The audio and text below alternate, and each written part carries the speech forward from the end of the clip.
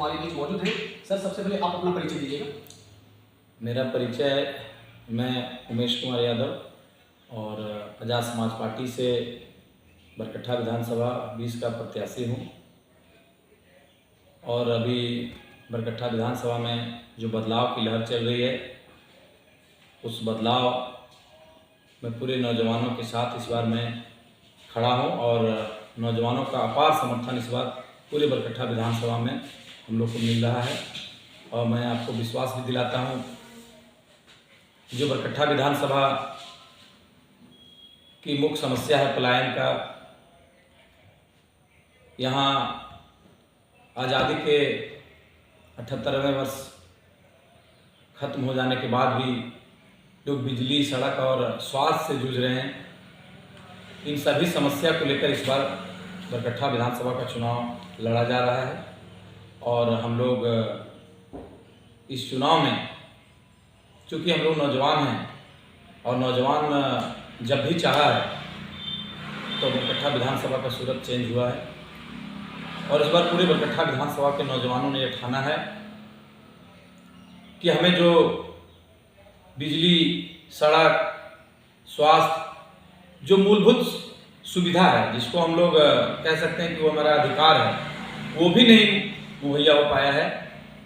इन सब समस्या को लेकर इस बार नौजवान एकजुट हैं और मैं सभी को धन्यवाद भी देता हूँ।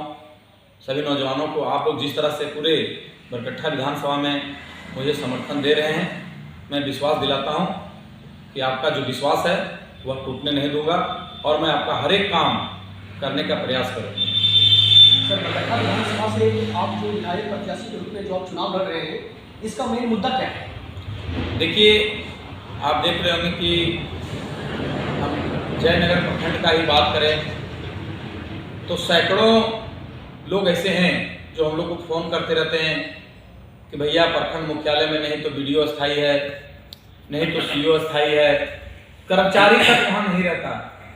मेरा कहना है, खास करके माताओं, बहनों, नौजवान साथियों से, कि आप लोग जो जिस तरह से 5-10 साल से आप झेल रहे हैं, जो आपका एक हस्ताक्षर करने के लिए CO साहब या BDO साहब से, उसके लेकर आपको 15 दिन घूमना पड़ता है। वह सब समस्या को लेकर हम लोगों ने देखा, जब हम लोग को सब फोन करते हैं तो वह समस्या को देखकर हमको लगा कि नहीं, जो प्रखंड का काम तुरंत फोन के माध्यम से भी हो सकता है या जाकर सिग्नेचर करने से हो सकता है, एक साइन का जरूरत पड़ता है, उसके लिए हमारे लोग 15-15 दिन घूमते हैं। ये बहुत सारी समस्या है। आप बांझेड़ी पावर प्लांट को आप देख लीजिए। बांझेड़ी पावर प्लांट जब 2013 में प्रोडक्शन शुरू हुआ तो हम सभी नौजवानों ने इस क्षेत्र के लोगों के सहयोग से आंदोलन किया और उस समय 10 दिन प्लांट को बंद कराया, ठप कराया। और उस टाइम जो प्रतिनिधि थे, स्थानीय विधायक, अभी भी जो विधायक थे, उस टाइम भी विधायक थे अमित यादव जी,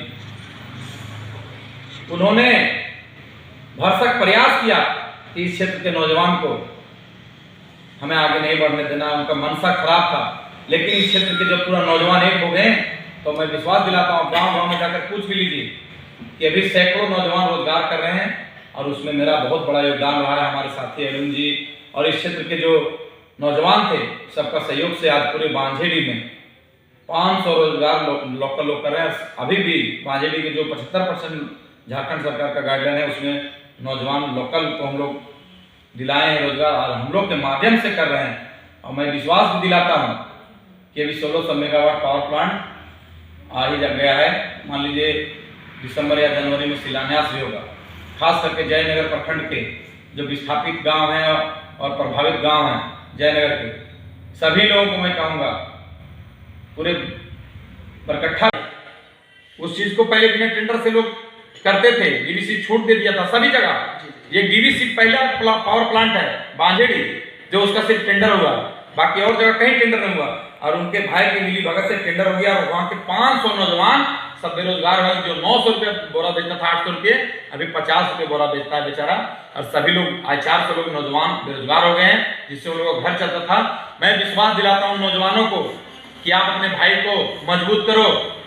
फिर DVC अगर टेंडर भी देगा तो इस क्षेत्र के जो नौजवान काम करते थे वही टेंडर लेंगे और वही उसे कोई यूपी से नहीं आएगा। अभी जो टेंडर जिसका हुआ है वो यूपी के लोग हैं और यूपी के लोग विधायक के भाई के साथ मिलकर के और उस काम को करवा रहे हैं। 500 हमारे बेरोजगार नौजवान अभी वहाँ हमको रोज फोन करते हैं, वही नौजवान अभी मेरे साथ घूम रहे हैं। तो मैं उन नौजवानों को विश्वास दिलाता हूँ कि आप इस बार मदद करो, आप चुनाव में सबसे आगे हो, अभी कोई किसी का कुछ नहीं है। नौजवान आप आगे बढ़िए और अपने अधिकार के लिए लड़िए और मैं विश्वास दिलाता हूँ कि जो आपका अधिकार को छीन लिया है उसे मैं पुनः आपको दिलाने का काम करूँगा। इस विधानसभा चुनाव में एक विधायक प्रत्याशी के रूप में आप चुनाव लड़ रहे हैं। अंतिम सवाल हमारा आपसे यही होगा कि आप इस बरकट्ठा विधानसभा के तमाम जनताओं से, तमाम मतदाताओं से आपका क्या अपील होगा? मेरा यही अपील है पूरे देवतुल मतदाता से कि आप इस बार बरकट्ठा विधानसभा के सूरत और नौजवानों, किसानों, मजदूरों और माँ बहनों का जो पिछले 20 साल से कोई काम नहीं हो रहा है, उस काम को तेज लाने के लिए और उसे पटरी पर लाने के लिए, जो बरकट्ठा विधानसभा पूरे झारखंड में सबसे बदनाम विधानसभा है कि यहाँ चुनाव जीतते हैं निर्दलीय, जीतते हैं जेडीएम से और चल जाते हैं बीजेपी में, उस बदनामी को हटाने के लिए इस बार आप लोग बढ़ चढ़कर हमारे जो 4 नंबर केतली छाप है, चाय का केतली छाप, उस पर आप वोट कीजिए। मैं विश्वास दिलाता हूं आप लोगों का, आपका बेटा कहीं नहीं जाएगा, आपके साथ पूरे 5 साल रहेगा और आपका जो भी काम है उसको कर। चूंकि हम लोग राजनीति में कोई नहीं है, 15 साल से हम इस क्षेत्र में संघर्ष कर रहे हैं और हमें पता है हर गली का क्या समस्या है, हर गांव का क्या समस्या है, हर ब्लॉक का क्या समस्या है, हमें पता है। उस समस्या को लेकर हम लोग आपके साथ हैं।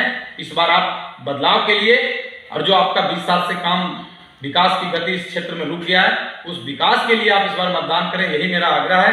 और पुनः छठ पूजा है, दिवाली है, आप बढ़िया से मनाइए और जो सबसे बड़ा त्यौहार है चुनाव, उसमें आप बढ़ चढ़कर अपने भाई, अपने बेटा को मदद कीजिए। हम आप लोगों के साथ हैं, यही अपील करना चाहूँगा कि आने वाला जो चुनाव है 13 तारीख, उसमें 4 नंबर केतली छाप जो है उस पर आप भारी संख्या में जाएं। सुबह पहले मतदान फिर जलपान। बहुत बहुत धन्यवाद युवा विधायक प्रत्याशी के रूप में हमारे उमेश जी। और मैं सभी जनताओं से ये अपील करना चाहूँगा कि जिस तरह से ये हमारे साथ वार्ता कर आप सबों को संदेश देने का काम किए हैं कि मैं इस बरकट्ठा विधानसभा के तमाम जनताओं के लिए जो उनकी मांगे हैं, जो उनकी समस्याएं हैं, मैं उनके लिए भरपूर सबों के लिए हर वक्त मैं उनकी मुसीबतों में खड़ा करके, चूँकि अभी दिवाली और छठ है, इस सबको ढेर शुभकामना मैं देता हूँ क्षेत्र के लोगों को।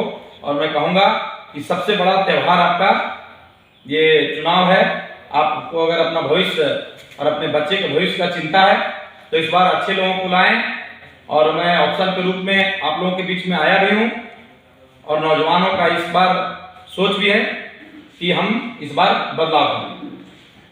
चलिए, बहुत बहुत धन्यवाद। इस आगामी विधानसभा चुनाव को लेकर आप पूरे क्षेत्र में भ्रमण कर रहे हैं, लोगों के बीच, मतदाताओं के बीच, जनताओं के बीच, वहाँ से आपको किस तरह का आपको फीडबैक मिल रही है, अंदर से किस तरह का आपको सपोर्ट वहाँ से मिल रहा है? सबसे पहले मैं धन्यवाद देना चाहूँगा पूरे बरकट्ठा विधानसभा के सभी नौजवान साथियों, माताओं, बहनों, बुजुर्गों का कि इस बार जो हमें समर्थन मिल रहा है इससे मैं बहुत उत्साहित हूँ।